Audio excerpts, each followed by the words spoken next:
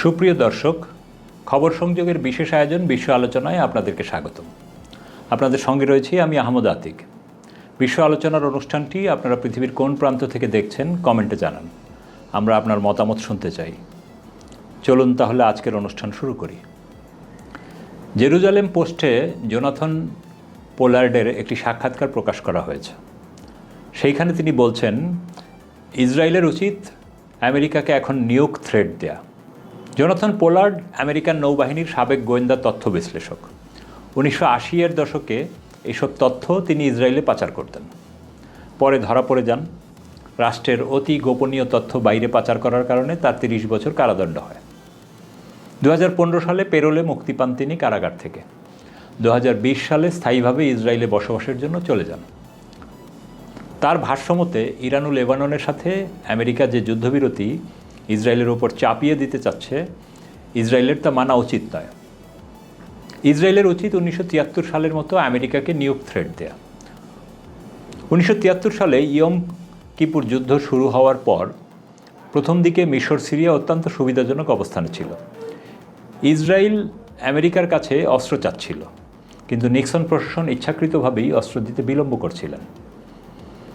তৎকালীন পররাষ্ট্রমন্ত্রী মার্কিন হেনরি কিসিঞ্জারের ভাষ্য ছিল, ইসরায়েলকে কিছুটা দুর্বল হওয়ার সুযোগ দেওয়া উচিত, যেন আরব রাষ্ট্রগুলোর সাথে অন্তত মিলেমিশে চলে। আজীবন তো আমেরিকা ইসরায়েলের ঘানি টানতে পারবে না। এছাড়াও আন্তর্জাতিক রাজনীতিতে কোনো স্বাভাবিক পররাষ্ট্রনীতিতে প্রতিপক্ষ অঞ্চলের কোনো রাষ্ট্রকে হেজিমন হয়ে উঠতে দেয়া নিষিদ্ধ। আর তখন সময়টা 1973। 1967 সালের যুদ্ধে ইসরায়েল পার্শ্ববর্তী সবগুলো আরব রাষ্ট্র থেকে ভূখণ্ড দখল করে নিয়েছিল।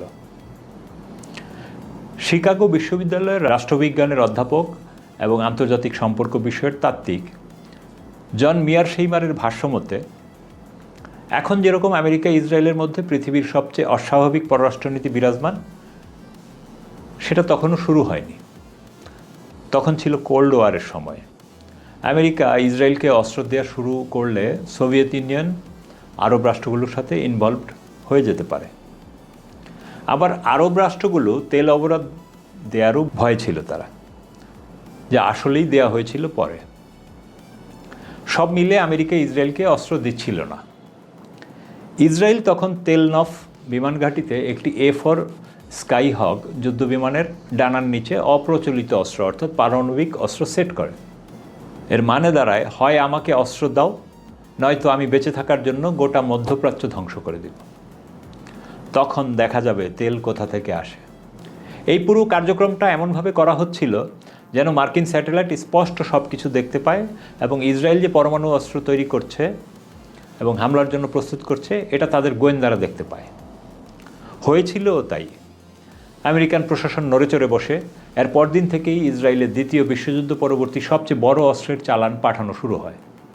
ব্যাপক বিধ্বংসী এসব অস্ত্র প্রদানের এই মিশনের নাম দেওয়া হয়েছিল অপারেশন নিকেল গ্রেস। জোনাথন পোলার্ডের বক্তব্য হলো, তখন যেরকম থার্ড টেম্পল পতনের শঙ্কা দেখা দিয়েছিল, এবারেও তেমনই দেখা যাচ্ছে। ফলে ইসরায়েলের উচিত ট্রাম্পকে নিউক হুমকি দিয়ে নেতানিয়াহুর পুচ্ছ চাটতে বাধ্য করা। অবশ্য এখন সেটার দরকার আছে বলে মনে হয় না। অ্যাবস্টেইন ফাইল থাকতে নিউকের কি দরকার?